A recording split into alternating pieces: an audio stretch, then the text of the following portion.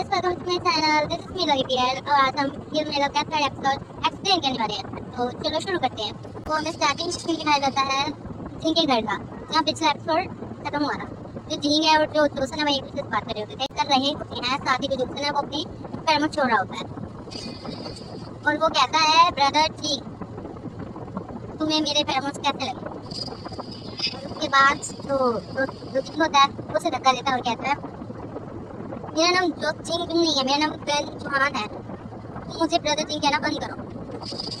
बाद में जो होता है वो कहता है, ओके तो मैं आपसे आपको ब्रदर बेन बुलाऊंगा। इसको जो और वो कहता है और जोसन कहता है, अगर आपकी और कोई भी रिक्वेस्ट है बता दीजिए। आपकी और कोई रिक्वेस्ट है तो आप मेंशन कर सकते हैं, मेरे पास इतना टाइम नहीं है, मैं बार बार करती हूँ।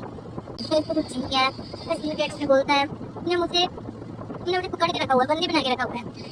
और साथ ही कहता है, तुम उन लोगों से अलग नहीं हो जो मेरे को कवर करना चाहते थे अपने पैरों से और मुझे बंदी बना के रखना चाहते थे। तो इस बात पे जो दूसरा थोड़ा सा गुस्सा होकर कहता है, आप मुझसे ऐसे कैसे लोगों के साथ कंपेयर कर सकते हैं।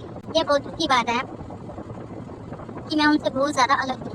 और जोसन कहता है, मैं 10 सालों तक सिर्फ उत्सुक और ऑब्सेस नहीं रहा आपके लिए, साथ ही साथ मैं एक ओबीडिएंट बन चुका हूँ आपके लिए। इस पर जो मना है वो कहता है, ओबीडिएंट तुम ऐसे कैसे खुद को ओबीडिएंट कह सकते हो जबकि तुमने मुझे यहाँ पे पकड़ के रखा हुआ है। मैं तुम्हें फिर भी कह रहा हूँ, मुझे छोड़ दो। और तुम ऐसे कैसे अपने खुद को ओबीडिएंट कह सकते हो जबकि तुम लगातार अपने पैराबॉक्स को जो रिलीज कर रहे हो और इतनी क्लोज आ रहे हो। और इस पर जो जोसन होता हुआ कहता है, हाँ कोई बात नहीं, कि मुझे पता था आप इन सब चीज़ों में इंटरेस्टेड नहीं हो। एनीवे मैं ये जानने के लिए बहुत उत्सुक हूँ कि आपके पैराबॉक्स की स्मेल कैसी होगी ब्रदर मैन। और वो कहता है, कम ऑन। और साथ ही जो जोसन है वो आँखें बंद करने लग जाता है। तभी तुम्हारा जिंग है उसकी गालों को टच करता है और फिर पूरा ही हाथ पे रख देता है। जैसे ही जिंग को लगता है कि ये सही मौका है, वो पालती मार के उसके पीछे चला जाता है और उसकी गर्दन पकड़ लेता है। और साथ ही जिंग कहता है, तुम ऐसे कैसे किसी पर इतना भरोसा कर सकते हो, मैं अभी तुम्हारे पीछे हूँ। जिंग कहता है कि तुम्हें डर नहीं है कि मैं तुम्हारा गला तोड़ दूंगा। तभी जो जोसन होता है वो उसकी बाहों में लीन हो जाता है। ये देखकर तो जिंग बहुत ही ज्यादा हैरान हो जाता है। और जो जोसन है वो कहता है, ऑफकोर्स मुझे बिल्कुल भी डर नहीं है, आपके अंदर इतना कलेश नहीं है कि आप मुझे मार पाओगे। तो इस पे जो और साथ ही वो जो जोसन है की थाई को रब करने लग जाता है। इसे देखकर जो ठीक है वो बहुत ज्यादा हैरान हो जाता है। वो कहता है, और इस पर जो जोसन है वो कहता है, मुझे लगा नहीं था ये इस तरह एंड होगा। ये सुन के तो जोसन की हवाइयाँ उड़ जाती हैं और वो कुछ बोलने के लायक नहीं रहता। जो ठीक है वो बहुत इरिटेट हो जाता है और उसकी हाथ को मरोड़ने लग जाता है। और जिस पर जो जोसन है वो कहता है, ये तो बहुत ज्यादा हर्ट कर रहा है। तो जो ठीक है उसे छोड़ता है और कहता है, तुम अपनी आंखें बंद करो और पीछे घूम जाओ, मुझे कपड़े चेंज करने हैं। तो इस पे जो दोस्त है वो कहता है, ठीक है दोस्त ने उसने मुँह फेरा हुआ था और साथ में बात कर रहा था, अब आपको मैंने ढूंढ लिया, अब आप कहीं नहीं जा सकते, छुपने पर भी नहीं छुप पाओगे। तभी वह पीछे मुड़कर देखता है, जो जिंग है वो वहाँ से फरार हो चुका था। और वो अपने से ही बात करते हुए कहता है, तुम्हें पता है ना मैंने तुझे ढूंढने में कितने सालों लगा दिए, ये मेरे लिए बहुत हार्ड रहा, लेकिन आखिरकार आप मेरे पास आ चुके हैं, अब मैं आपको कहीं भी नहीं जा सकता।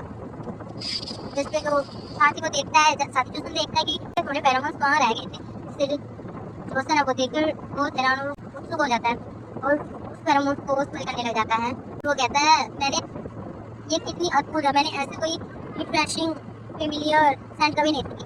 और वो कहता है कि आपको पता है कि मैं आपके पैरामाउंट से बहुत ज़्यादा एक्साइटेड हो जाता हूँ, आपकी इस आदों की आपने इतने पैरों से लीड की। जिसपे जो और साथ ही वो बोलता है कि तुम एक बीटा हो, सिग्निफिकेंट बीटा, जो अपने फेरोमोन्स रिलीज कर सकता है। तभी पीछे जब स्पेस सिस्टम्स की आवाज़ आती है, वो कहते हैं, ओ सर जिंग यहाँ से भागता है, वो भी दरवाजा तोड़ के। और जो जोसन है वो नीचे देखता है जहाँ पर उसके हाथ में गिरे पड़े होते हैं। वो कहता है वहाँ जाके, अंकल तुम कितने ज़्यादा वीक हो, अगर मैंने उसे थोड़ी कम डोज दे दी होती तो तुम्हारा काम तो यही नहीं पड़ जाता। तो इस पे जो उसका आदमी वो कहता है, सॉरी बॉस, लेकिन जिंग से सामना करना बहुत ही डिफिकल्ट है, उससे डील करना इतना आसान नहीं है जितना कि मैंने सोचा था। और जो जोसन है वो वहाँ से जाने लग जाता है और कहता है, आज मुझे सिंगल इंटैक्ट को वापस लेके आना है। नेक्स्ट सीन में हम देखते हैं जो मैनेजिंग है वो भाग के जा रहा होता है और साथ ही वो सोच रहा होता है कि मैं इस स्मॉल टाउन में हूँ, उसे इस बात का पता कैसे चला। और वो कहता है, स्मॉल टाउन में जैसे कैसे कोई माउंटेन के बीच ढूंढ सकता है। और साथ ही वो कहता है, सिर्फ एक द्वारा वो सैन वो बहुत ज़्यादा क्रेजी था, उसकी टेंशन बहुत ज़्यादा क्रेजी लग रही थी मुझे देखकर, वो बहुत ज़्यादा डेंजरस लग रहा था।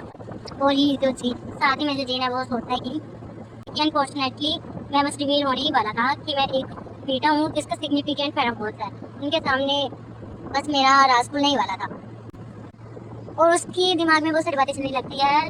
जिन जो है अपने मन में कहने लग जाता है कि अधिकांश बीटा लोगों में ग्रैंड जैसी फेरोमोन्स नहीं होते। ज़्यादातर मामलों में उनमें किसी भी प्रकार की डिप्रेशन के लिए लक्षण नहीं होते और यदि होते भी हैं तो उनमें कोई विशेष गंध नहीं होती और ना ही उन पर उनका कोई प्रभाव होता है, जिसके कारण उसे किसी भी जेंडर द्वारा मार नहीं किया जाता और ना ही वे किसी से प्रभावित हो पाते हैं। मैं उन गिने चुने बीटा में से हूँ जिनके ग्लैंड में यूरिक मेनिस्ट्रेशन के बाद शक्तिशाली फेरोमोन्स मौजूद हैं और मेरे जो फेरोमोन्स अब बिल्कुल ही अनोखे हैं। इसी की वजह से मुझे धन संपत्ति मिली है। जब मैं 14 साल का था मैंने इन्हीं फेरोमोन्स का यूज़ करके अपने लिए गोल्ड फाइंड किया था। मेरे फेरोमोन्स बिल्कुल ही लेजेंडरी और अट्रैक्टिव है, बिल्कुल ही जिंकाओ पौधे जैसे। यही मेरा सबसे बड़ा रहस्य है जिसने मुझे 10 साल पहले एक स्वतंत्र हत्यारा बनने और आज तक जीवित छिपने में सक्षम बनाए रखा है। और इसी के साथ हमारी ये जो चैप्टर है वो भी समाप्त हो जाता है। Thank you guys.